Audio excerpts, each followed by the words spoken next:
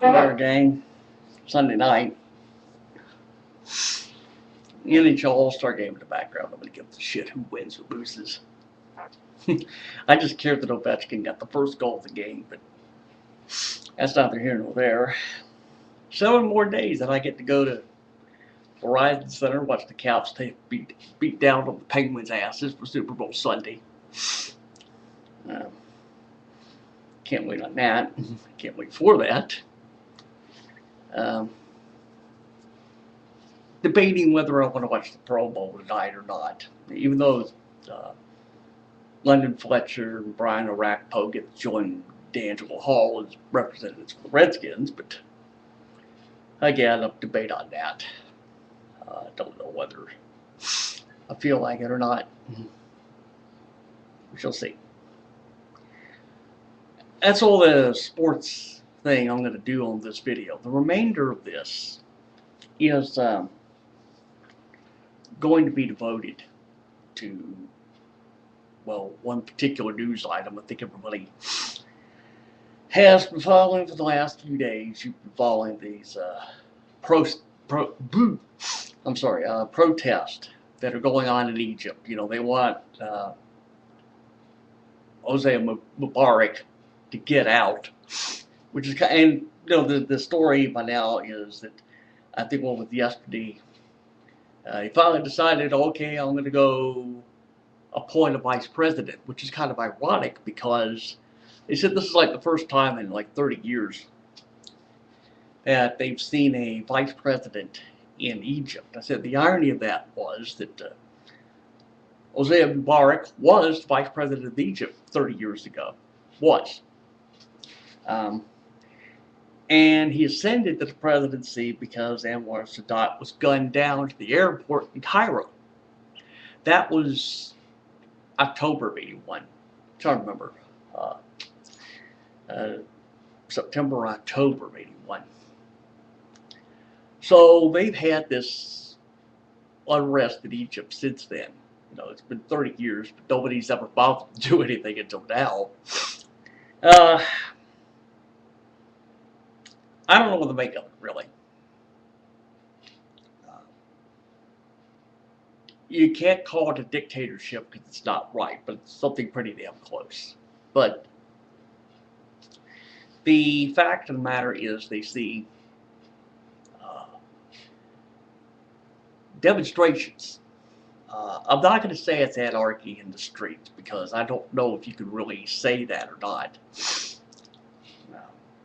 There's rioting.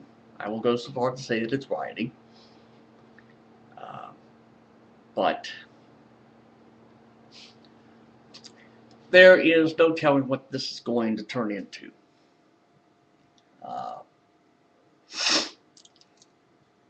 He may keep power. You know, you really don't know. The only reason why anybody is even paying attention now is the same reason they were paying attention about a year ago. I think it was a year and a half ago, when they had these demonstrations in Iran. Same thing was going on. That the people in Iran were trying to get the message out by whatever means of social media, whether it was Twitter, or MySpace, or Facebook, or YouTube. Same thing's going on in Egypt, folks. They're trying to get the message out. Whether anybody in America is listening or not, I don't know. But we shall keep track of this.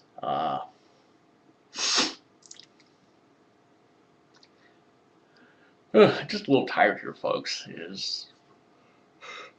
So I just try to stay in bed all day today and have to get up, go eat, you know, eat my dinner, come back here and watch the NHL All-Star game. But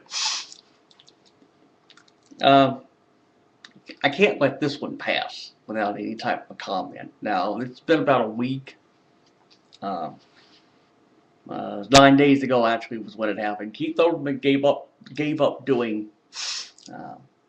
countdown. They just basically shut it down. And everybody figured, well, okay, he doesn't have any balls, you're getting out. You figured he's getting out because Comcast finally closed their deal at NBC Universal. So, and I've said before that Brian Roberts, who is the chairman and CEO of Comcast, was a heavy contributor to George Bush Jr.'s re-election campaign in '04. So you can see what they were going to do with the goings on with NBC News and MSNBC and CNBC. That it was basically going to be turned into Fox News Trey. Headline News is Fox Sports Light. Don't get me started on that. You see how far they've gone in the toilet. Same thing now is starting to happen, or will happen in the coming months. As far as MSNBC goes, they're, I don't know what you can call it, the standards. I think I talked here in an earlier video about when the Tucson shooting took place, that while it was true that CNN and Fox News were actually covering this thing into the evening, MSNBC decides, oh, we're going to show you a lockup. We're going to do a lockup marathon until sunrise.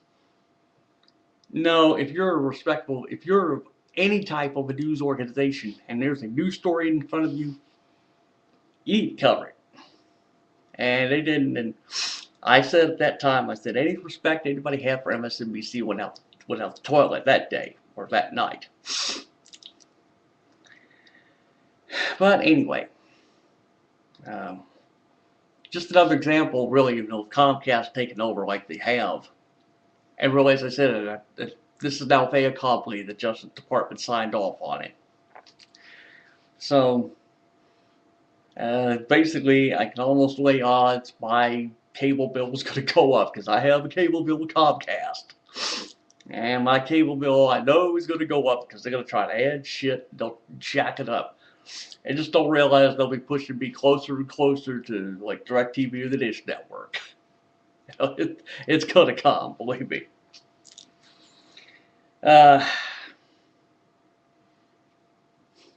Irony of irony, of course, because Comcast owns Versus, and again, we go back to the NHL All-Star game going on in the background. But that is all I need to do here. I can't think of anything else. I'm slowly getting rid of the yawn. Yeah. So we're done with this. So I'll just say enjoy your Sunday night. Think about what I've done here. I'll leave it with comments. I don't know. It depends on what I feel like. But as always, it is I. You know what I do. Don't let you feel. I think follow along. Dry mouth, folks.